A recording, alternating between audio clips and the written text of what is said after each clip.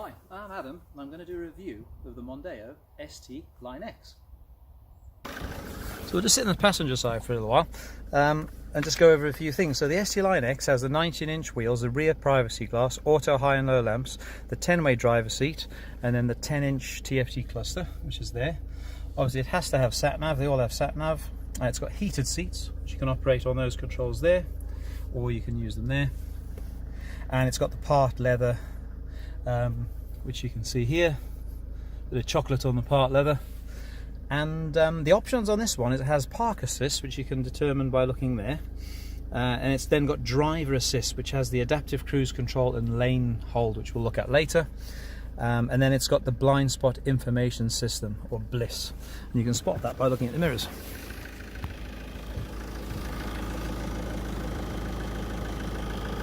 There we go.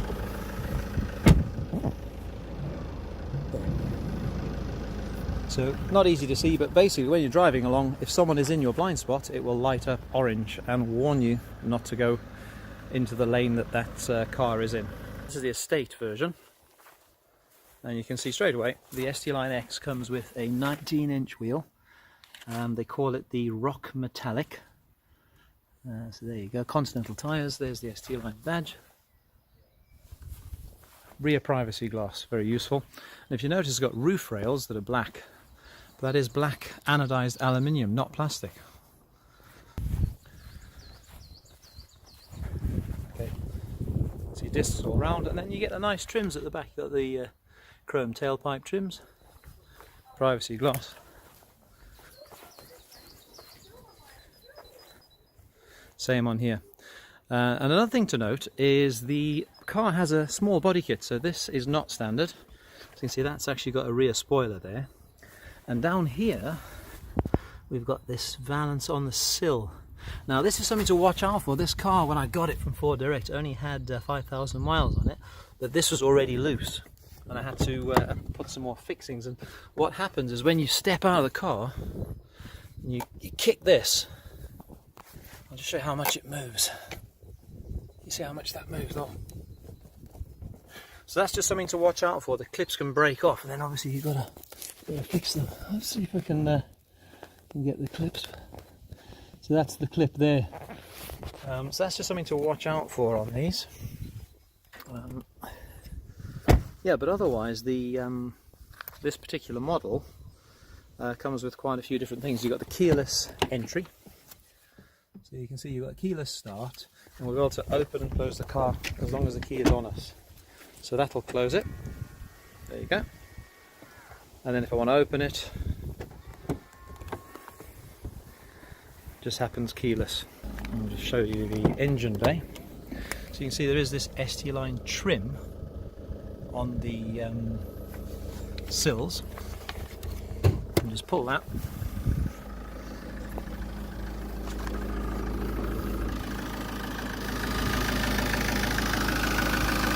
And that reveals the engine, so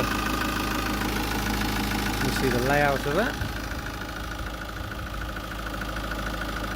So this is the virtual dash, or they call it the 10-inch TFT cluster, and so you can see all the information that's on there. You can see the adaptive cruise control. There's a picture of a car with a speed limit and like a radar thing in front, compass, and then your trip computer. So over the last 4,000 miles the car has done about 53 miles to the gallon.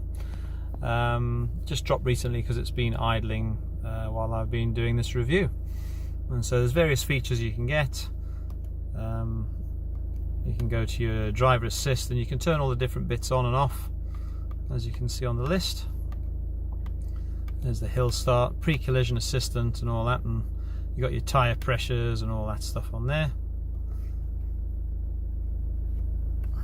There we go, so you can see the tyre pressure. Let's go back. You can set your lane keeping strength, how strong it pulls you back into the lane. I find this particular feature, it tends to pull you back a little bit too late. You're sort of halfway into the other lane before it pulls you back. But maybe by adjusting these settings it can be better. So that's the lane keeping, all the bits and bobs in there. a lot of information comes up on here, which we'll have a look at later when we're doing the adaptive cruise control. And the way you can tell if one of these cars has the adaptive cruise control is obviously looking at the front. There's a small radar sensor, but these arrows here on the car without adaptive cruise control, it'll just say res and can or something. Whereas these ones, you can see this is the distance. You can actually choose how far away you want to be from the car in front. Okay, so this is our Sync 3. The interesting thing is this is a Ford Direct car. It came with a Sync 3 you know, stereo sat-nav infotainment system, as they call it. But the instructions that provided, I had to ask for this because they weren't going to give me anything. They said the car comes with an electronic instruction book, which I think that's just car dealer talk for we don't have an instruction book, I'm going to have to nick it from someone else's car. But yeah, they've given me the information, but it's the wrong one. So I can't even find it on here.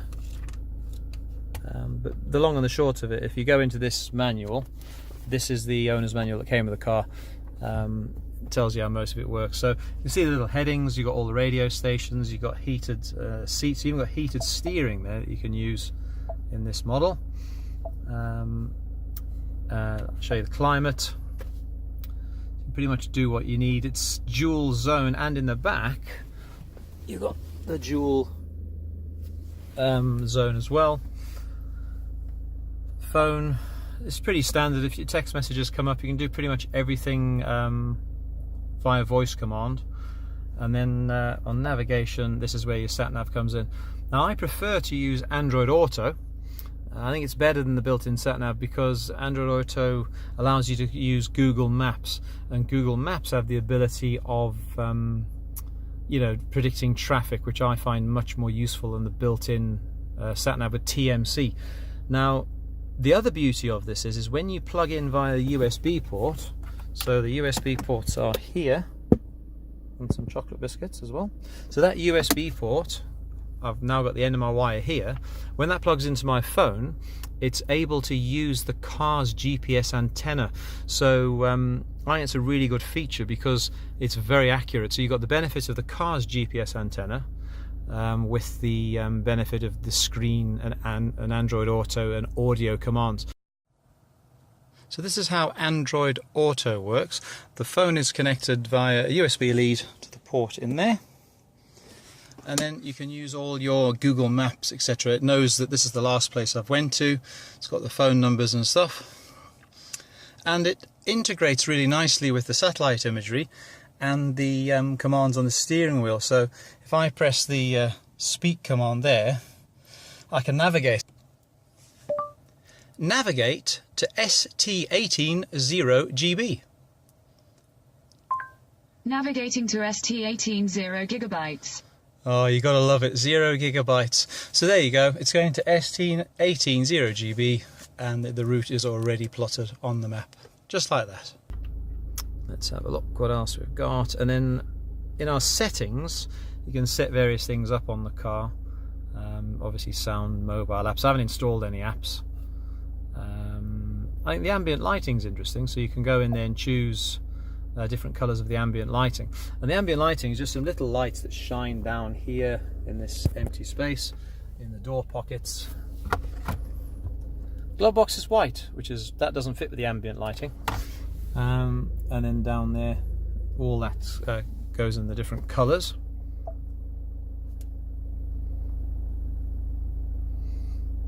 Let's see what else we can do. I can't even. Yeah, you can adjust your camera settings for your parking pilot. So this car has the automatic parking system, which I'll try later on when I mount the camera. And so yeah, that's pretty much yeah, the long and the short of it. It's got automatic dip and full beam lights, so when you're driving along the country roads, as long as you leave that in auto, it'll dip and raise the lights automatically, so you get the best visibility. There's the controls to the windows. It's all very dirty, I'm afraid. You've got your windows there, front and back. You can retract and extend the mirrors. You can also do child lock for the back. You can see you can fold your mirrors in and out, and then you can adjust the mirrors on there as well. We've got the dimming mirror here, so that's a dimming mirror, and you'll see behind the mirror is this massive piece of plastic, and that basically houses all the cameras. I think there's 3 cameras and a rain sensor in there. Some basic controls here in the roof for the lights, little sunglasses thing. There's the ultrasonic sensors for the built-in alarm, and what you'll notice interesting about this car is the headlining. It is grey, well, charcoal colour. I chose this car because of that charcoal lining. I don't personally like cream interiors. Sorry for those people that love cream. I don't. So the main reason why I chose this car is it has this nice charcoal interior all the way. It hides the dirt, as you can see. And then obviously we go to our half leather. So we've got leathery bits or fake leather, I don't know what it's made of, where most of the wear occurs. Then you've got cloth in between. And that's what the seat looks like for the front. So this is the ST Line X, which means this seat here is completely manual. However, the driver's seat, everything on it. So you can see on the driver's seat, you've got all the different functions. You can do all the weird sort of inflating and deflating, and look, it's moving forward and backward and that way and that, up and down, left and right, and then you can store those settings on the door panel here. It's pretty straightforward. So let's have a look in the back. So there's our rear heating and cooling controls. Put one port here, so you can get your power for any iPads and stuff. Standard looking piano black trim. There's your light, and then same on the other side. So there's nothing to write home about in the back. And then if you want to, you have got a pass-through facility. If you have someone imprisoned in the boot, like your 4th child, you can pass food to them through this hole here, or you can have your drinks there, and you can put all your goodies and stuff there. So yeah, you can pass things through to the back should you need to, or put your skis through. And you can also open the back seat like that. Now look at this, it's interesting the way this seat and this are all at the same level. Now what I'm going to show you is that actually wastes 3 inches of space. Right, at the back of the car now, you can see straight in the boot. And actually it's a big waste of space. If you tap that, it slides back and it reveals the boot space, which at first looks really big, doesn't it? But look at this. You take that piece of trim out and you're left with that. So what you've got, you see the height there? All that is lost height, and the reason why is, one, you can store this thing. The I don't know what it's called. You can actually store that in the boot, which I think is a bit silly, because if you were running out of space, why would you want to store extra junk in the car? And of course there's your diesel filler funnel. So they've put all this plastic in just so there's space for your diesel filler funnel. But if you move that to here and then throw all this stuff away,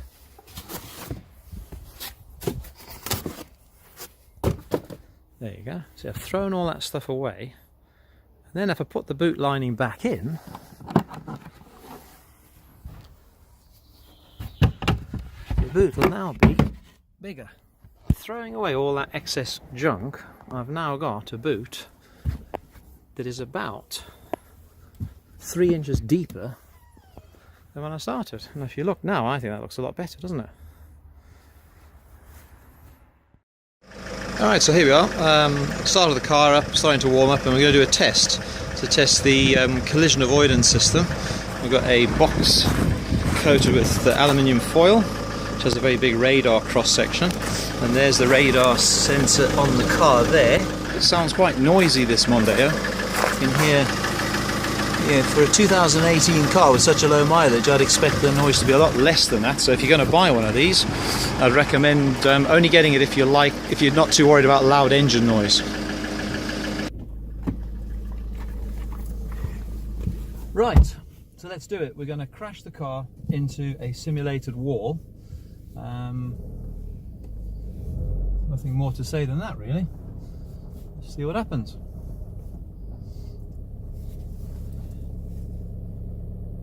In fact, I'm going to drive around the corner a bit, so it's a bit of a surprise for the car.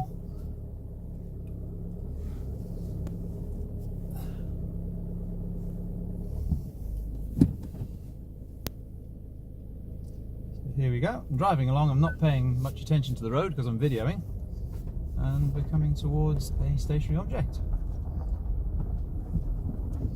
No, it didn't detect that. So yeah, we've tried. So I don't know what the algorithm is that makes these things work, but we're not able to get it to recognise a metal wall at this stage. But it has kicked in 2 or 3 times when I've been driving. Mainly with bushes. If I'm parking and I'm coming a bit too close to a bush, like a hedge or something, it hits the brakes before you hit the hedge. It seems to like hedges. But yeah, so that's that test. Next, maybe we'll try to do the parking. Right, so we're going to try parallel parking now. So I'm driving along, press the button. That shows us it's now looking for a parallel parking space. Okay, so we're focused. It's looking for a parallel parking space, driving along. There are some cars there. So let's see, it says space found.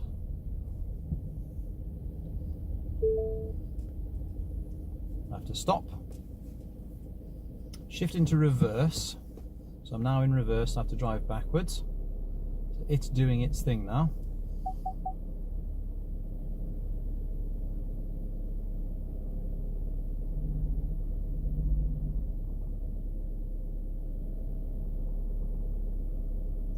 Very nerve-wracking, this, isn't it?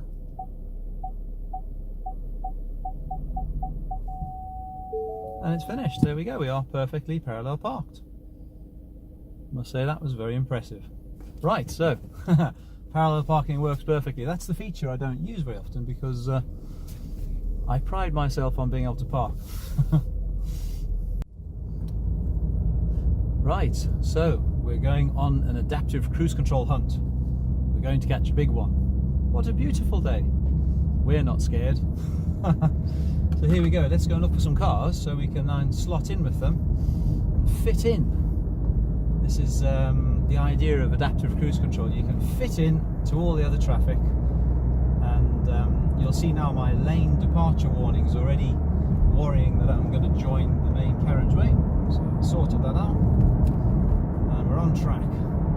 You'll see the in the middle of the screen there's a speed limit showing as 70, and I got my 2 green lines, which means the system's detected the lanes and it will endeavour to keep me in the lanes. I will let go of the steering wheel once it's safe when there's no cars, and then you'll see how it corrects the lane. The previous videos, the previous clips were shot on private road, whereas this is actually the A50, so I'm going to have to abide by the rules of the road, or someone out there will report me to the police. Right, here we go. Speed limit's 50, we're doing 50, and we're going to engage adaptive cruise control now. So I'm going to press cruise control on, and I found a victim, a silver Kia. Stand by, activate. So we are now in the cruise. Now that car's going to pull away, and so what should happen? Yep, I'm speeding up. So it's realised that car's moved on. I'm now speeding up, and it's holding the lanes for me. So the system is controlling.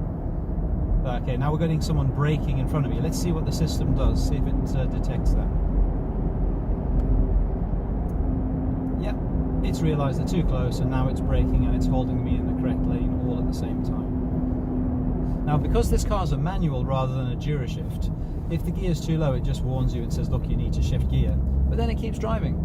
So as long as you're changing gears correctly, it's fine.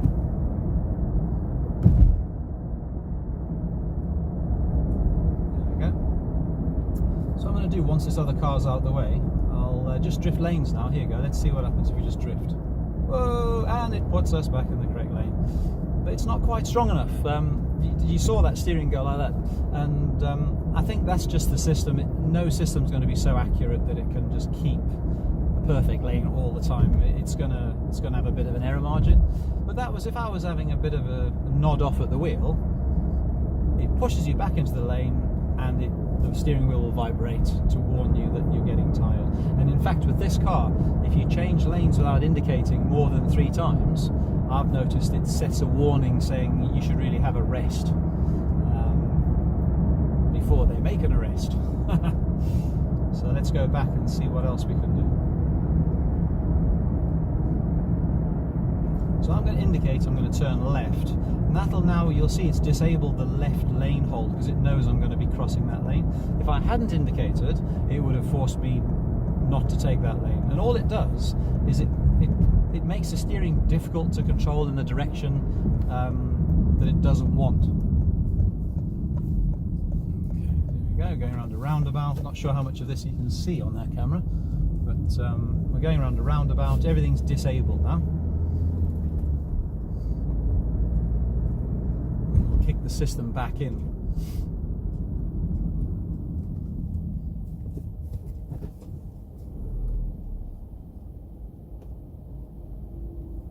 There we go.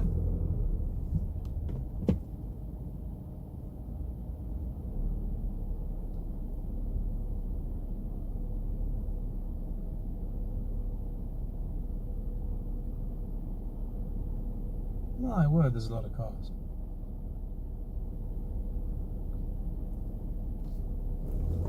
So we're going on an adaptive cruise control hunt. We're going to catch a big one. It's a beautiful day. We're not scared. I'd be scared if I was using the collision mitigation. But yeah, the adaptive cruise control, I'd say it's the best feature on the car for me, because I tested it when it was raining like, oh man, like the end of the world. It was raining so bad. And the adaptive cruise control using radar is hardly affected by rain. It doesn't care. It just separated me from the car in front. And I just sat there. I could have read a newspaper, but obviously I was driving. But I think the adaptive cruise control is a really underestimated feature. I think it's really good. Okay, so now we're going to reactivate the cruise control. Resume. Set the speed limit. It's 50, and now we'll sit back, just have one hand lightly on the wheel just in case. I'll go a bit faster. You can go faster and slower now just by using plus and minus, and you can control the distance from the car in front by using the gap. So if you really want to tailgate someone, you can just close that gap, and it reacts faster than you do. If they slam the brakes on, the thing brakes quick. So there's no danger of crashing into anyone.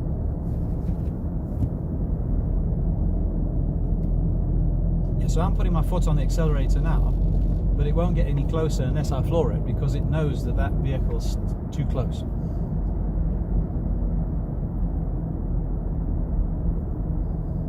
Yeah, blind spot information's going on there.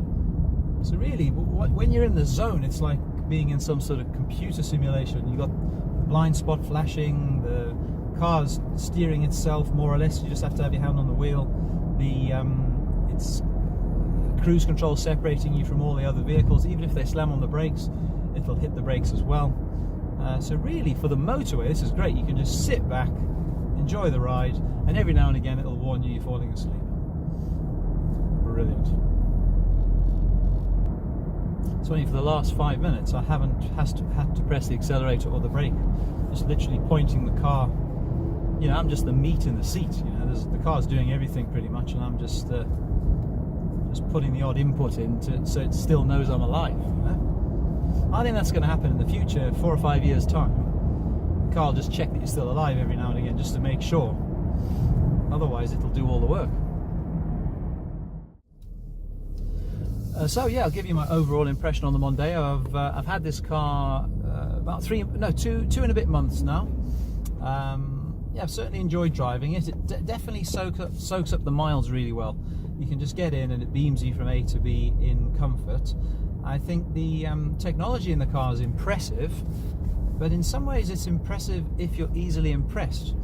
And what I mean by that is it's got all the tricks. This one has the blind spot information system, the adaptive cruise control, parking system, yeah, all that. but it doesn't always work, and I think that's the warning. That's why we're not driving automated self-drive cars, because it's just not quite there.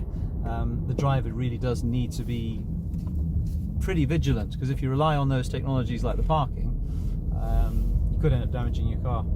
So yeah, I won't be keeping this car, unfortunately, because the one thing it suffers from that is really important to me is it's got this engine noise, and I'm told that this is normal for diesels to sound like this when they're cold, but this car for the first 10 minutes sounds really clattery. I've even had an athlete friend who were doing some snowboarding filming. He said, wow, the car looks great, sounds like an old van, and that's not good. You're driving a car that's barely a year old and people think it sounds like an old van.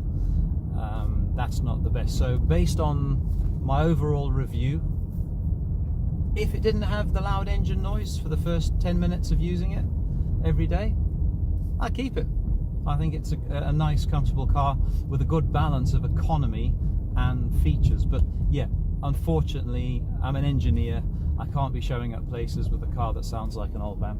So yep, this one I will sell and buy something else. Hope you found the review helpful, and yeah, there you go.